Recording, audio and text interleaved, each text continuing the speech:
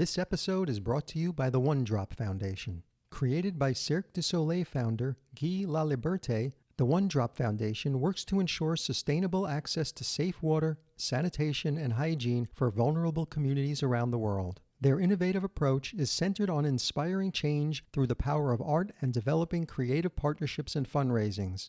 I invite you to find out more on their projects and how you can donate at onedrop.org/donate. That's onedrop.org/donate.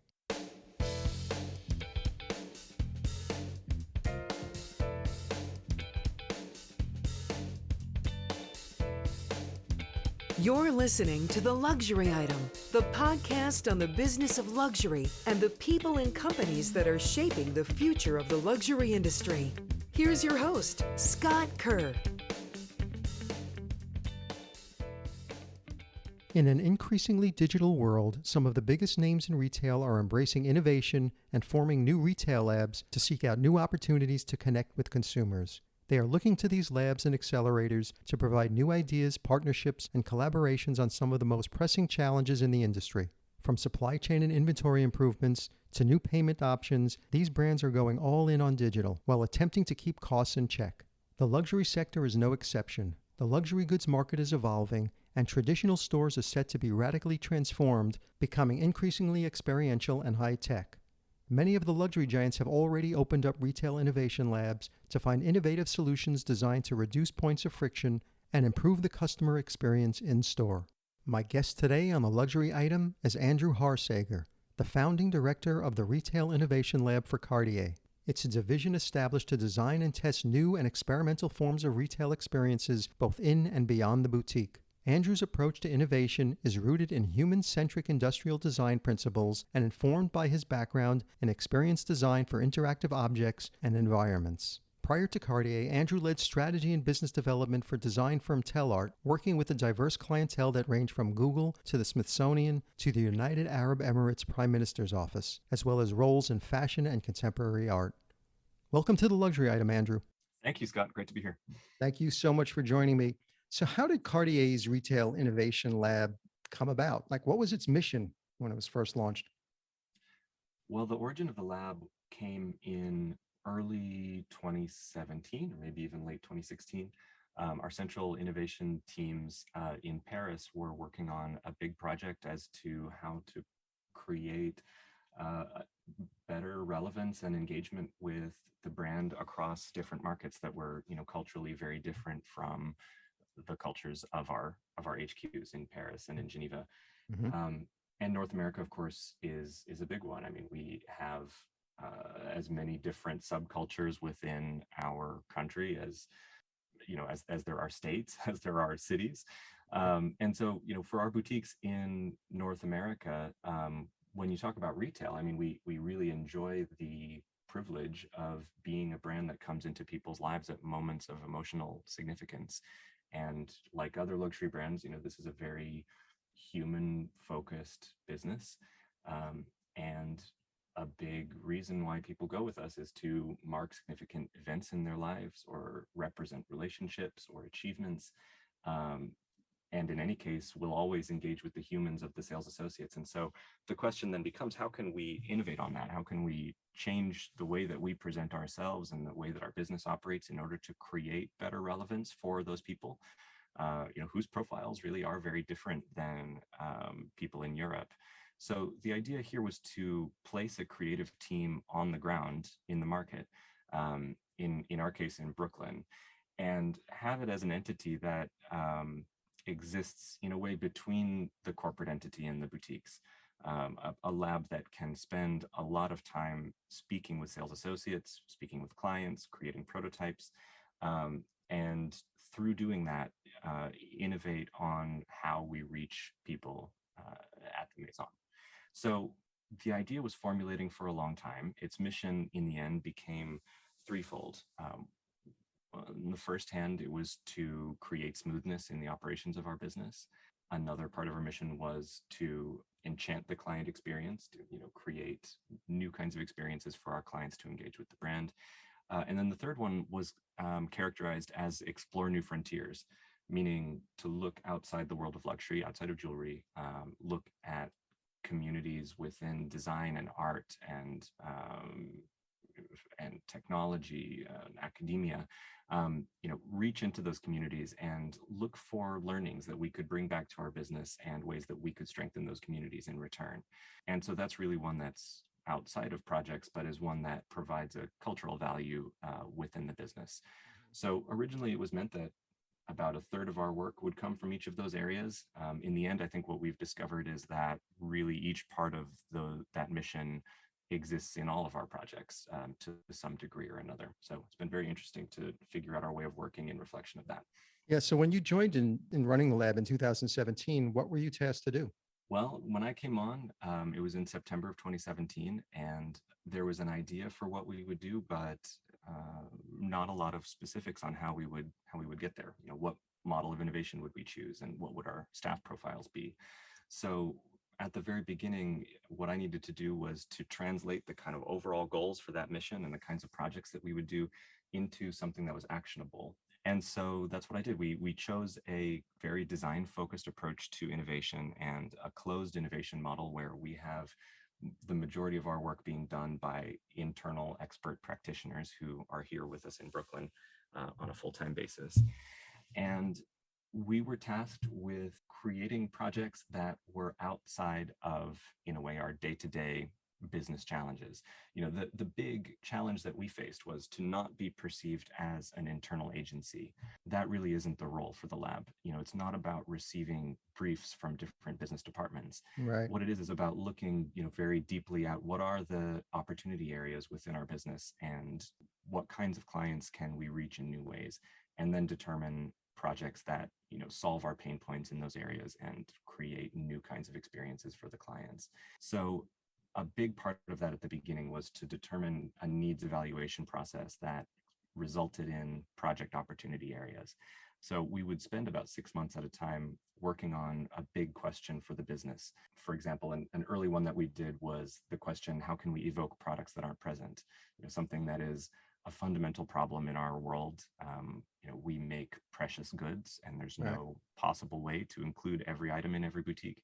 So that's going to be a problem forever. The solutions to that problem, we examined in a big kind of, I guess you could call it an experience design approach, where there were a lot of solutions that were co-created between us and the business departments that are relevant to that question, down selected. And that particular question resulted in 5 separate projects that went on almost to the present day. And it was about doing that, on a regular basis. And so there came to be this pretty robust project pipeline that came out of that process. And, those are the things that we've worked to develop and to transfer to the business between then and now.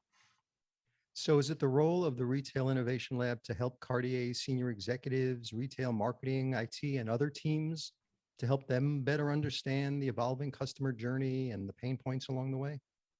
Yeah, I would say yes, with an asterisk, maybe. As I mentioned, we exist between the corporate entity and the boutiques. Our mandate is transversal across departments. And when the lab was set up, the governance of the group was set up in the same way. So, from a governance perspective, we are controlled by a steering committee that is made up of senior leaders in the business. But I report just to the CEO in North America, Mercedes. And the reason that was chosen was to avoid some of the pitfalls of the bureaucracy within our business, and to just very, very much exist with it outside these business verticals. The idea of creating prototypes and putting them into our boutiques is kind of a taboo in luxury. We don't want to put unfinished stuff in front of clients, Right. But we do want to create a process that actually brings clients in as part of the creative process, as valuable entities of people who have really something very much at stake in the decisions that we make. And that's a different kind of respectful attitude to clients. So I wouldn't characterize it necessarily as helping those teams understand. I think on an individual level, each of those departments understands the challenges that we have quite well already. But I think the thing is that in a corporate structure like ours, it becomes really easy to focus on working just from the point of view of siloed business verticals and not from the point of view of the client who, themselves really, they interact with every single business vertical without realizing it. And also from the associates in the field, the people who are in front of clients every day. So I think what we bring to the table is that more holistic perspective. It's outside the functions of the business, and it's really focused on the humans who are going to use the services that we create. And the idea is that we accomplish those kinds of services with the tools and materials that are right for the task, kind of irrespective of which part of the business that they come from. So I wouldn't presume that, we can teach the other business departments anything so much as we are looking at from a different perspective and developing insights that they might not have access to. So I love that the lab is in Brooklyn. So why Brooklyn? Well, I think it was assumed at the beginning that we would be employing profiles of people that wouldn't want to work in our office in Midtown in New York on Fifth Avenue. Right. That's a very traditionally focused sort of corporate office. Where we have a ring of offices around the windows, we have cubicles in between, and the lab really needed a different cultural focus and a different functional focus too. We have a workshop here where we're making prototypes. We have a much more collaborative work style where we need a different type of facility to support. And really, I think it's true about the profiles. We employ industrial and graphic designers here, creative technologists, retail strategists, experienced producers. And all of these people come from creative communities in New York that oftentimes will center in Brooklyn, or people will live here. So I think that's a very compelling reason to locate the office in this spot in Williamsburg. Do you have any other labs around the world? Yeah, we opened in 2019 another lab in Shanghai to do the same kind of mission for the Chinese clientele. And one is in the works for Tokyo as well to do the same thing for Japan. And so that will open about mid-year next year. Yeah, well, those markets are very specific. Do you ever connect with them? Yes, absolutely. The idea is that we're working as a network. We're not focused on exactly the same topics, and we certainly won't develop the same solutions, but we also will occasionally develop solutions that are relevant to the other market. So we have actually already passed projects back and forth for implementation in ways that are relevant locally.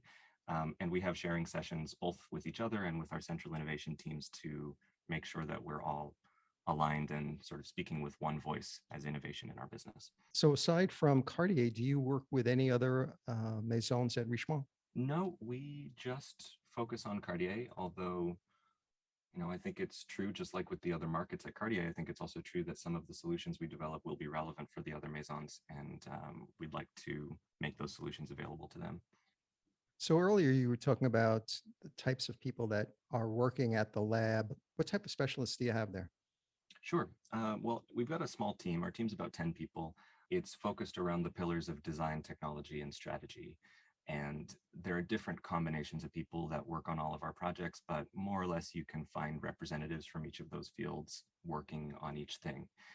In 2021, we had 7 simultaneous projects, I believe, 4 of which we transferred to the main business and finished. So, kind of like any innovation lab at a corporation, I'm sure you've heard this from other guests, big challenge is transferring the projects to the main business and, seeing them live on. So I'm happy that we were able to do that with 4 projects this year.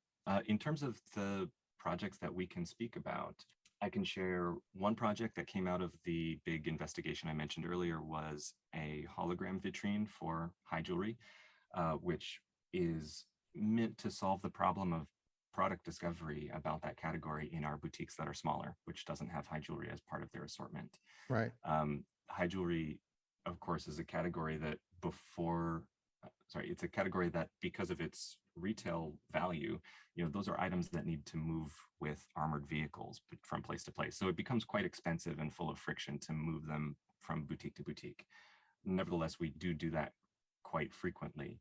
But how can clients discover those items if they're not part of the boutique's permanent assortment was really the question here. So we created a piece of furniture with embedded computation and a hologram technique called Pepper's Ghost that allowed us to create essentially a vitrine that looked within the universe of the rest of our boutique. It was not distracting, it was quite beautiful, but which showed digital items. And that's now been rolled out to 5 boutiques in the United States as of this fall. There will be another one coming to New York in the spring with the renovation of the mansion.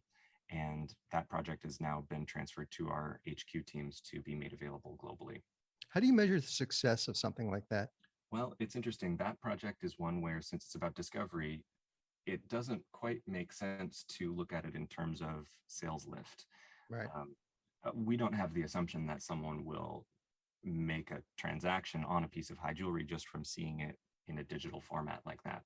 But what it will do is expose to those clients truths about who we are as a creative maison and what are the symbols that we use, what are the motifs that show up in other kinds of jewelry, what are our techniques of craftsmanship. These are the kinds of questions that can spawn interesting conversations between sales associates and clients, and really that can create concrete sales lift in other areas, as well as expanding the audience for high jewelry. So the KPIs for that become much more qualitative. It's about, is this usable by the sales associate in deepening their relationships with their clients?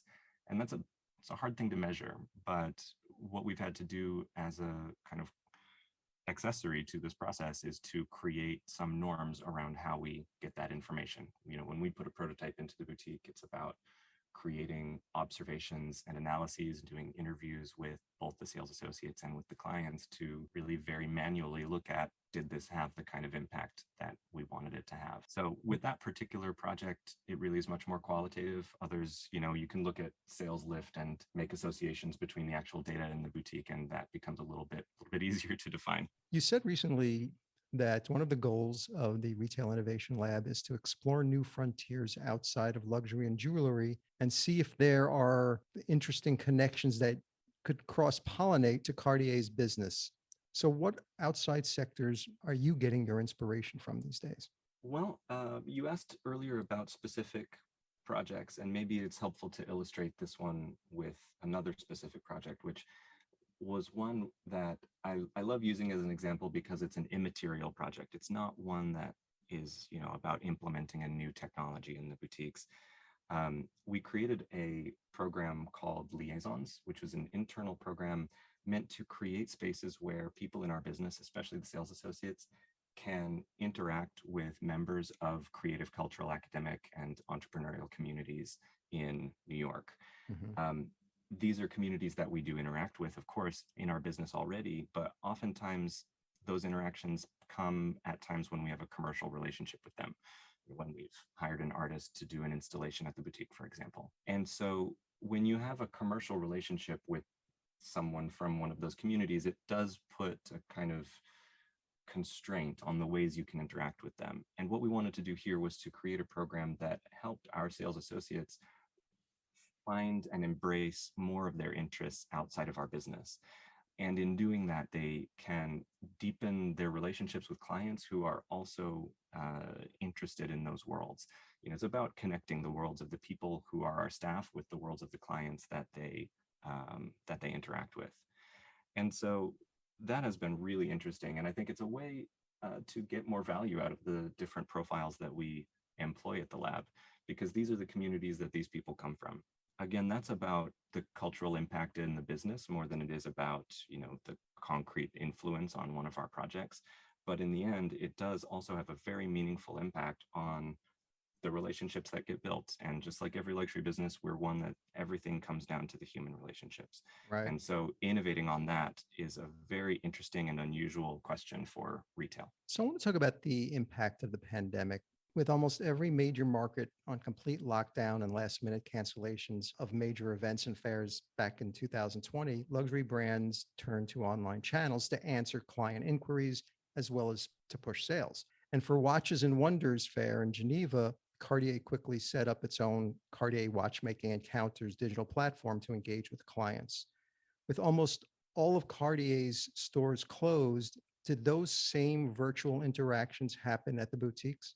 Yeah, it's a very interesting question. Watchmaking Encounters, I think you could say, was the sort of category of digital experience that edges closer to architecture or to a physical exhibition, meaning, it's a sequence of spaces that each tell stories and reveals information about the products and the novelties that we're showing. And that's that's great for presentation of products. And it matches really the reality of Watches and Wonders more generally, but it's a different purpose than our commercial boutiques, where you do need to do the storytelling, but you also need to conduct transactions and allow people to discover the product on their own, based on their own interests and affinities. It's funny, we had a number of outside agencies over the pandemic pitch us on services for reproducing our physical boutiques online through, virtual tours or Yeah. through, 360 captures of our physical spaces. And, to me, that doesn't get to the fundamental problem, because those spaces, the physical spaces, are meant to be physical spaces. They don't have anywhere near the same value when they're mediated by a screen. And I think first and foremost, that's because the space of the boutique isn't the thing. The thing is the human interaction, as we were talking about before. The question really wasn't how can we provide virtual boutiques? The question was, how can we make a premium feeling human interaction experience and a product presentation that can happen across distances? So what we did do was to create a digital salon, which was more like a soundstage, something that has multiple cameras, special lighting, special sets that allow for digital appointments at a very high quality of presentation. That was a new way of selling for us. It was a distance selling for scenarios where the sales associate and the client might be in the same location, actually the same city, but they're not comfortable with seeing one another. But we learned so much from having that mode of interaction that now that has become a permanent part of our selling ecosystem. And it's something that's going to be rolling out at more boutiques because it really fulfilled a need that we probably had before the pandemic, but we didn't realize it. Was there anything eye-opening about the customer? I think it was maybe assumed before that project that our clients would be pretty uncomfortable making transactions from just a digital presentation. Mm-hmm. But we were proven wrong.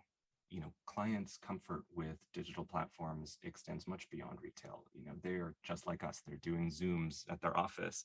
They're buying products online, and of course, they're okay in the end with doing those kinds of things with us. And I think in some ways we're honored, because what we're talking about here was an exclusive experience. It wasn't something that was offered to every single client. And so it's a way, honestly, paradoxically, to make the client feel more valued and more special. And I think it fits into the appointment only model that we adopted during the pandemic, where it was a solution to prevent transmission of COVID-19. It was, minimizing the number of people that were in the boutiques. But in the end, both the clients and the sales associates preferred that mode of interaction, because the sales associates could focus the dedicated time on one client and really address what their needs are. And the clients received the individualized attention that is not always possible to give them in a boutique that's busy with foot traffic. So these are both wonderful discoveries that, no one is thankful that the pandemic happened, but it was a catalyst for us to do this kind of experimentation. And what we discovered was really valuable for our business moving forward. And as people were coming out of lockdown, many luxury brands accelerated into digital spaces with more integrated approach involving stores, e-commerce, and other points of sale, almost blurring the lines between the different channels. So what has been Cartier's approach to the role of retail in this new world? Well, I think what you're describing is kind of the deep fracturing of the different parts of the experience, where it was maybe the final nail in the coffin of assuming that there was a fundamental difference between distant transactions versus in-store transactions, and that the store provides something very fundamentally necessary to the experience of luxury. It does, but conducting a transaction is not the reason why it should exist. That the store then exists for experience. We can conduct transactions there with physical products that are there, but we can also conduct digital transactions from the boutique. We can conduct transactions with product that doesn't exist there. We can show product that doesn't exist in the physical space. And so all of those became de facto functional changes for the boutiques, which now that we have them, we need to design with more intentionality. And this is, I think, the challenge for us in the next year, is to really make sure that every step of those new kinds of client interactions feels as premium as the default mode of interaction, the physical selling, used to be for people before the pandemic. So one of the biggest challenges facing heritage luxury brands is becoming and staying relevant for a new generation of clients. Relying on heritage alone is not enough for luxury brands to woo an increasingly younger and diverse clientele.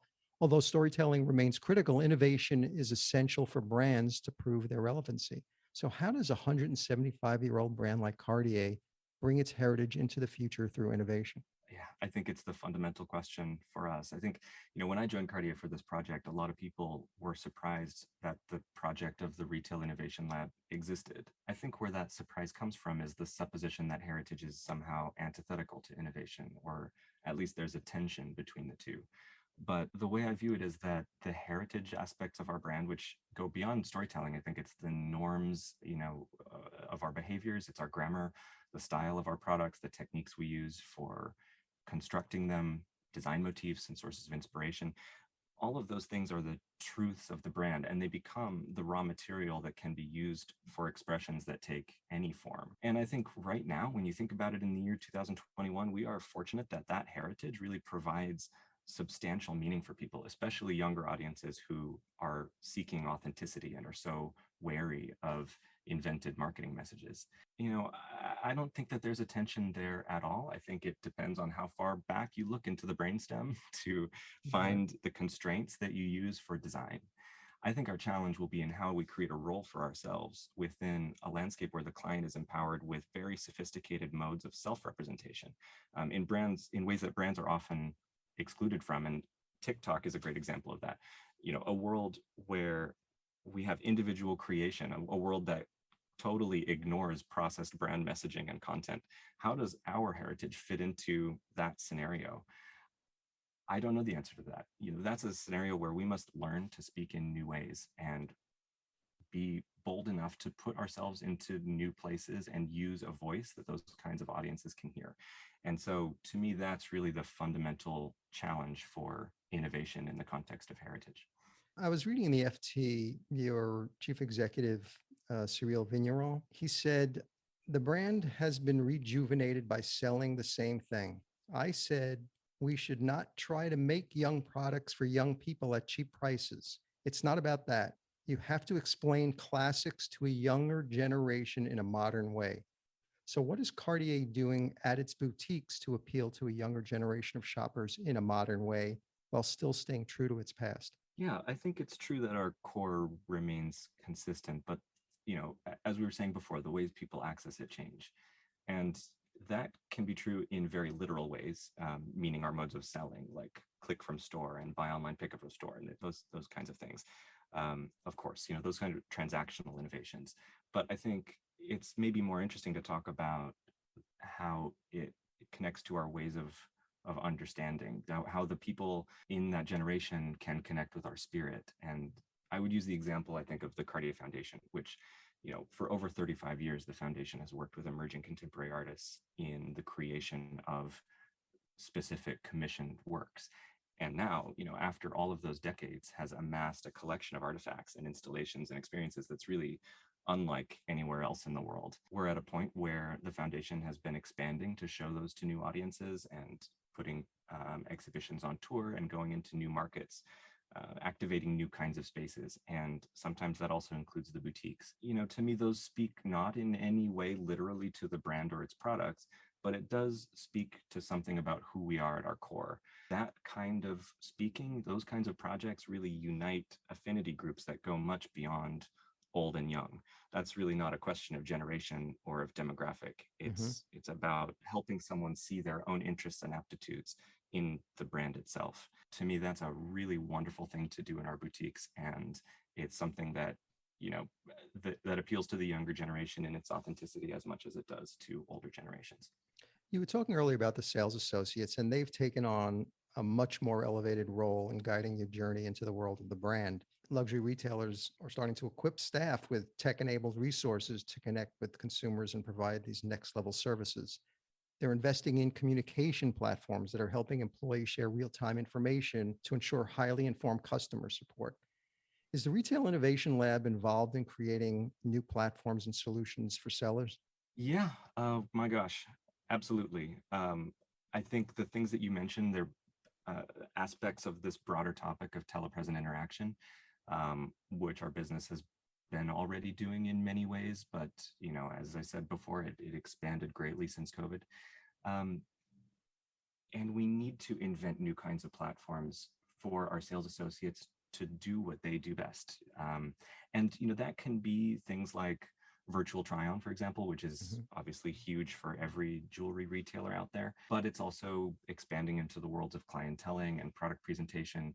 It's about people learning to be on camera, to be comfortable, to change their body language, and to create tools that our sales associates can instantly understand and deploy quickly when they're in what is often a high stakes live client interaction. Just like everybody, our sales associates are people who have varying degrees of comfort with digital platforms and with digitally mediated interaction. And it's really an interesting challenge to design interfaces that they can use to gracefully connect their expertise to clients in ways that feel natural to them. Part of that is teaching them how to use new platforms, but the teaching is interesting. I think it's having people memorize functions of a new platform by training is not as effective as making the UI for that platform instinctually navigable and sensible to those people, which then fundamentally is a design problem. So to do that for new mixed reality technologies and mixed reality platforms that allow our sales associates to incorporate new modes of interaction with their clients, we really have to dig deep to call upon the ways of interaction that the sales associates understand already. To speak just about the sales associates as an audience, that really offers both opportunities and limitations that don't exist for users that are outside our brand. To me, that is the key value of having design teams within innovation on a full-time basis. To design those kinds of services, we must natively understand the world that we're in. And that's really a lot harder for an agency that's coming in cold, and an agency that might not be spending all of its time working specifically on Cartier Right. projects, because of course they don't. And so that's a great example of why we've chosen a design-led approach to innovation in the first place. So let's talk about you. So since joining the retail lab, what has been the most interesting part of what you do? Man, I would say marrying these two worlds together. We're in Brooklyn. We have a staff that is alien to the Cartier business. These are profiles that haven't been employed, especially within the subsidiary market before. And so translating their style and their work to the world of the Maison is an interesting challenge. And also, really learning how to keep those profiles of people happy in this Right. environment. Our staff don't come from communities that have an inherent desire to work in luxury. So we can't rely on the Cartier name to be something that on its own is enough to retain staff and keep them happy. So for me in managing the lab, that's a challenge of translation in both directions. I've learned so much, and I would say that's probably the most interesting part of what we've been doing here. And what new technologies are you excited about? Oh, well, I'm sure I'm supposed to say NFTs. Yeah, no, I mean, I get pitched so often by agencies who believe we have a unique opportunity to make Yeah, zillions of dollars doing of NFTs. course. And honestly, they're probably right. Right. But my question is, what is the relevance for a Maison that has built its entire history and sense of self on tangible goods? It's funny because I do really think the issue of NFTs are interesting, but Right. I get pitched constantly by agencies who want to do NFTs with us, and they suggest ideas like dressing avatars or selling limited edition JPEGs of our pieces, and to me that is just not the answer. It's those kinds of things don't connect with who we are as a Maison in any fundamental way. But that's not to say that there's no value in our world for tokenized digital assets, I guess you could say, if not NFTs. We need, again, to really dig deep into our prehistory and find what are the principles that can align with this, and are there opportunities. And so I can't say the work that we're doing in this area, but maybe you'll see something about it in the coming months. So what do you think the luxury boutique will look like 10 years from now? Will physical spaces be no longer about selling, but perhaps entirely devoted to the brand experience instead? What do you think? Oh, it's funny. Before Cartier, I worked for an agency that did a lot of work in futurism. And so through that, I've seen firsthand how even with the most sophisticated forecasting, it's basically impossible not to be wrong about what you Right, assume. right. Yep. Even on a short time frame like 10 years. I think it's right to assume that the borders between functions like selling and brand experience won't be meaningful anymore. I mean, our client expectations are already in that place where there's no longer any kind of significant distinction between physical and digital selling and media and hospitality and storytelling and other kinds of experiences. And so it's up, it's us who need to catch up in terms of figuring out how physical spaces can remain a meaningful part of that world when thought of in that way. I have a feeling that that's not incremental change. That's fundamental change. And, that's as true for our business as it is for all retailers, and, why there's so famously a crisis around this topic right now. Mhm. I think what's also true about our business is that, like other retailers, we are a big ship to steer. I can't claim that I know what the boutique will look like in 10 years, but I'd say it seems very likely that even thinking in terms of singular functions like selling and brand experience will feel outmoded, and we need to be able to change our norms of experience design accordingly. So my final question, Andrew, is the luxury item question, which I ask all my guests. So if you were stranded on a deserted island and you could only have one luxury item with you, what luxury item would that be? It can't be any form of air transportation, ground transportation, water transportation, or anything that requires mobile service. It's just you, a few palm trees, sand surrounded by water. What would that one luxury item you would like to have with you? So I guess you've had guests before talk about the Concorde or something like that. No, so not that. I guess, okay, so we have to assume that luxury items are about beauty and emotional meaning and not function, I guess, in this case. So I think what I would choose would be the ruby ring that I inherited from my grandmother. She was someone who wasn't wealthy at all. She grew up in the Ozarks during the Great Depression. This was one of the only really nice luxury items that she herself possessed. And so I think on a desert island, I'd need motivation to stay alive and to stay persistent in getting off the island. So I think something that symbolizes transmission between generations and that I'm a link in a chain with responsibility to something bigger than myself, I think that would be pretty important. So that's what I would choose. I love that answer. Andrew Haarsager, Head of Retail Innovation Lab at Cartier. Thank you so much for joining me on the luxury item. Thank you very much, Scott. It's been a pleasure.